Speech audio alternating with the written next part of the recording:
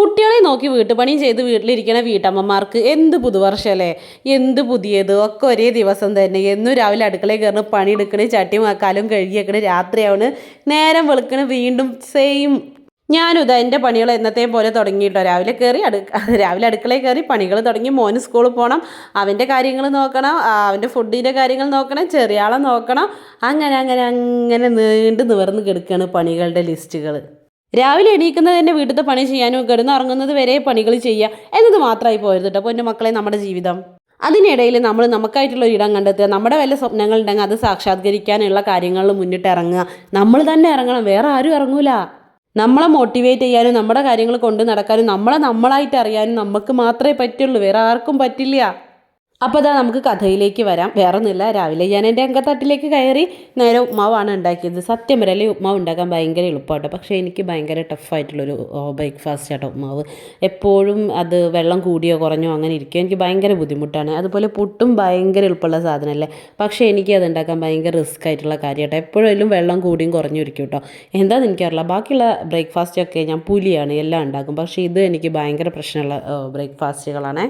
മോനും എന്നെ രാവിലെ തന്നെ ഒന്ന് വട്ടം കറക്കിട്ടോ, നേരെ എണീറ്റിട്ട് അടുത്ത വീട്ടിലേക്ക് ഒറ്റ ഓട്ടം. പിന്നെ അവിടുന്ന് പിടിക്കാൻ പോയപ്പോൾ അവരുടെ ബെഡിൻ്റെ ഉള്ളിൽ കയറിയിരിക്കുന്ന, കട്ടിലിൻ്റെ ഉള്ളിൽ കയറിയിരിക്കുന്ന ഒരു കഥ. അങ്ങനെ ഒരു വിധം ഞാൻ ആളെ പിടിച്ച് ചീത്തൊക്കെ പറഞ്ഞ് കൊണ്ടുവന്നു. പൊതുവെ എനിക്ക് രാവിലെ അവരെ ചീത്ത പറഞ്ഞത് ഇഷ്ടമല്ല, പക്ഷേ എന്ത് ചെയ്യുക, ചില സാഹചര്യങ്ങളുടെ സമ്മർദ്ദം മൂലം നമ്മൾ ചീത്ത പറഞ്ഞിരിക്കും. അങ്ങനെ അതേ ബ്രഷൊക്കെ ചെയ്ത് ബ്രേക്ക്ഫാസ്റ്റ് കൊടുക്കുകയാണ്. രാവിലെ ആൾക്ക് ഞാൻ വാരി കൊടുക്കുന്നതിന് കേട്ടോ നല്ലത്, അല്ലെങ്കിൽ ഉള്ള ടൈം മൊത്തം പോകും. പക്ഷേ ബാക്കി ടൈമുകൾ, അതായത് അവന് സ്കൂളില്ലാത്ത ദിവസമാകട്ടെ അല്ലെങ്കിൽ വൈകുന്നേരമൊക്കെ ആവട്ടെ, മാക്സിമം അവനെ കൊണ്ട് തന്നെ കഴിപ്പിക്കാൻ ശ്രമിപ്പിക്കാറുണ്ട്. എന്നാലും അത് പരാജയപ്പെടാറാണ് പതിവ്.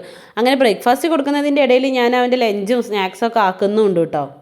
ക്യാരറ്റ് ഭയങ്കര ഇഷ്ടമായതുകൊണ്ട് ക്യാരറ്റ് ഉപ്പേരും അതുപോലെ ബീട്രൂട്ട് പച്ചരി ഉണ്ടാക്കി കൊടുത്തു കേട്ടോ. സത്യം വേണമെങ്കിൽ പണ്ട് ഈ സദ്യ വിഭവങ്ങളൊക്കെ ഭയങ്കര റിസ്ക്കാണ് ഉണ്ടാക്കാമെന്ന് കരുതിയിരുന്ന ആളാണ് ഞാൻ. ഇപ്പോൾ സദ്യയൊക്കെ ഉഷാറായിട്ട് ഉണ്ടാക്കുക, എനിക്ക് ഭയങ്കര ഇഷ്ടമായിട്ട് സദ്യ ഉണ്ടാക്കാൻ. ഞാൻ 2-3 വീഡിയോസിലൊക്കെ പറഞ്ഞിട്ടുണ്ട്. അപ്പോൾ സദ്യയിൽ ചില വിഭവങ്ങളൊക്കെ ഞാൻ മോൻക്ക് സ്കൂളിൽ കൊണ്ടുപോകാനും ഉണ്ടാക്കി കൊടുക്കാറുണ്ട് കേട്ടോ. അപ്പോൾ ഇന്ന് ബീട്രൂട്ട് പച്ചടി ഉണ്ടാക്കി കേട്ടോ.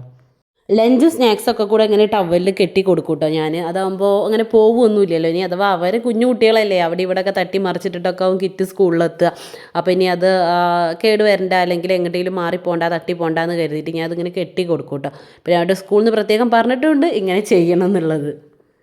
സ്കൂളിൽ സ്റ്റാർട്ട് ചെയ്ത സമയത്തൊക്കെ അവന് ബാഗും കിറ്റും രണ്ടായിട്ട് തന്നെ കൊണ്ടുപോകലും കൊണ്ടുവരാറുള്ളത് കേട്ടോ. ഇപ്പോൾ എന്താ ചെയ്യാറെന്ന് വെച്ചാൽ, കൊണ്ടുപോകുമ്പോൾ ബാഗും കിറ്റും ആയിട്ട് കൊണ്ടുപോകും, തിരിച്ചു വരുമ്പോൾ ബാഗിൻ്റെ ഉള്ളിൽ കിറ്റും സ്നാക്സും ലഞ്ചും വാട്ടർ ബോട്ടിലും എല്ലാം നിറച്ചിട്ട് തിരിച്ചു വരുള്ളൂ. അങ്ങനെ ഭക്ഷണം അവിടെ തകൃതിയായി കൊടുത്തുകൊണ്ടിരിക്കുന്നുണ്ട്. അതിൻ്റെ ഇടയിൽ ഞാൻ അയൺ ചെയ്യാൻ കയറുന്നുണ്ട്, അവൻ്റെ ഷൂ പോളിഷ് ചെയ്യുന്നുണ്ട്, അങ്ങനെ ഓരോ പണികൾ നടന്നുകൊണ്ടിരിക്കുന്നുണ്ട് കേട്ടോ. അപ്പോൾ ബ്രേക്ക്ഫാസ്റ്റ് കൊടുക്കാൻ മാത്രമായിട്ട് ഇരിക്കുകയെന്നുണ്ടെങ്കിൽ അതിന് മാത്രമേ ടൈം ഉണ്ടാവുള്ളൂ. ഇതൊക്കെ സത്യം പറയുകയാണെങ്കിൽ സ്റ്റാർട്ടിങ്ങിൽ എനിക്ക് ഭയങ്കര റിസ്ക് ആയിരുന്നു കേട്ടോ, ഇതൊക്കെ ഞാൻ ഒരുമിച്ച് എങ്ങനെ മാനേജ് ചെയ്യുന്നുള്ളത്. പക്ഷേ ഇപ്പോൾ എനിക്ക് ഭയങ്കര സ്മൂത്തായി മാനേജ് ചെയ്യുന്നുണ്ട് കേട്ടോ. എല്ലാ പണികളുടെ ഇടയിൽ അവനെ കുളിപ്പിക്കലും ആവട്ടെ, അവൻ്റെ ബ്രേക്ക്ഫാസ്റ്റ് കൊടുക്കലാവട്ടെ, എല്ലാം നടക്കും. നീ ഭക്ഷണം കഴിക്കും, ഞാൻ ഇതൊന്ന് അയൺ ചെയ്തിട്ട് വരാമെന്ന് പറഞ്ഞത് ആശാൻ എൻ്റെ കൂടെ കയറി പോകുന്നു. പിന്നെ എങ്ങനെയാണ് നമ്മൾ അവർക്ക് ഒറ്റയ്ക്ക് കഴിക്കടാന്ന് പറഞ്ഞ് എടുത്ത് വെച്ച് കൊടുക്കുക. ഇതിൻ്റെ ഇടയിൽ ആളെ കുളിയൊക്കെ കഴിഞ്ഞിരുന്നു കേട്ടോ. പിന്നെ അവന് ഡ്രസ്സ് മാറ്റാൻ പോകുന്ന സമയത്ത് അവൻ്റെ ടോയൊക്കെ ഭദ്രമായിട്ട് എടുത്ത് വെച്ച്. ഒരുപാട് ടോയ്സ് ഉണ്ടെങ്കിൽ അവന് ചില ടോയ്സ് ഭയങ്കര ഫേവറേറ്റ് ആയിട്ടുള്ളതാണ് കേട്ടോ. അതിലൊരു ടോയാണ് ഈ ഇരിക്കുന്ന ഹൈഡ്രാമേന്. ഭയങ്കര ഇഷ്ടമാണ്, ഒരു കയ്യും തലയൊന്നുമില്ല, എന്നാലും ഇത് ഭയങ്കര ഇഷ്ടമാണ്. ഇനിയിപ്പോൾ അനിയൻ കേട് വരുത്തണ്ടെന്ന് കരുതിയിട്ട് എന്തോ ആൾ വേഗം മാറ്റി വെച്ചു കേട്ടോ. സ്കൂളിലേക്ക് പോകുന്നതിന് മുൻപ് പ്രാർത്ഥിക്കാൻ പറയും കേട്ടോ ഞാൻ. ചില ദിവസങ്ങളൊരു മടിയാവും അവൻ, എന്നാലും ഞാൻ നിർബന്ധിപ്പിച്ച് ചെയ്യിക്കും. അതുപോലെ തന്നെ അവൻ്റെ ഗ്രാൻഡ് പാരൻസിനോട്, വീട്ടിൽ ആരൊക്കെയുള്ള അവരോടൊക്കെ ഒന്ന് ബായ് പറഞ്ഞ് ഇറങ്ങുക, ഇതൊക്കെ ഞാൻ നിർബന്ധിപ്പിച്ച് ചെയ്യുന്നതാണ്. ചിലപ്പോൾ അവന് അങ്ങോട്ട് ചെയ്യും, അല്ലെങ്കിൽ ഞാൻ എന്തായാലും അങ്ങനെ ടാറ്റ പറഞ്ഞിട്ട് വായോ എന്ന് പറയും. കാരണം ഈ ചെറിയ ശീലങ്ങളിൽ നിന്നല്ലേ വലിയ ശീലങ്ങളൊക്കെ ഉണ്ടാകുന്നത്. അപ്പോൾ ഈ ചെറിയ ശീലങ്ങൾ അവന് ആദ്യം അങ്ങോട്ട് ശീലമാവട്ടെ. വലുതാകുമ്പോൾ എന്തായതാണെന്നൊന്നും നമുക്ക് പറയാൻ പറ്റില്ല, പക്ഷേ ചെറുപ്പത്തിൽ നമ്മൾ കൊടുക്കേണ്ടതായിട്ടുള്ള കുറച്ച് കാര്യങ്ങൾ കൊടുക്കാൻ ശ്രമിക്കുക. ബസ് സ്റ്റോപ്പിലെത്തിയ പിന്നെ കുറച്ച് നേരം അവന് അവിടെ നിന്ന് കളിക്കൂട്ടോ. കളി കഴിഞ്ഞിട്ടാണ്, അപ്പോഴേക്കും അവൻ്റെ വണ്ടിയും വരും, അവനക്കും ഒരു എൻജോയ്മെൻറ്റ് ആകും ചെയ്യും. അങ്ങനെ മോൻ്റെ വണ്ടി വന്നു, അവൻ പോയി. അതിന് ശേഷം പിന്നെ ഞാൻ അൻവിനെ കൂട്ടി വീട്ടിലേക്ക് വന്നിട്ട് ബ്രേക്ക്ഫാസ്റ്റ് കഴിച്ചു. അപ്പോൾ ഞാൻ ബ്രേക്ക്ഫാസ്റ്റ് കഴിക്കുന്ന സമയത്തിന് ഞാൻ അൻവിക്കും കൊടുക്കുക. അതിൻ്റെ ശേഷമാണ് പിന്നെയുള്ള പണികൾക്ക് ഞാൻ നിൽക്കുക കേട്ടോ.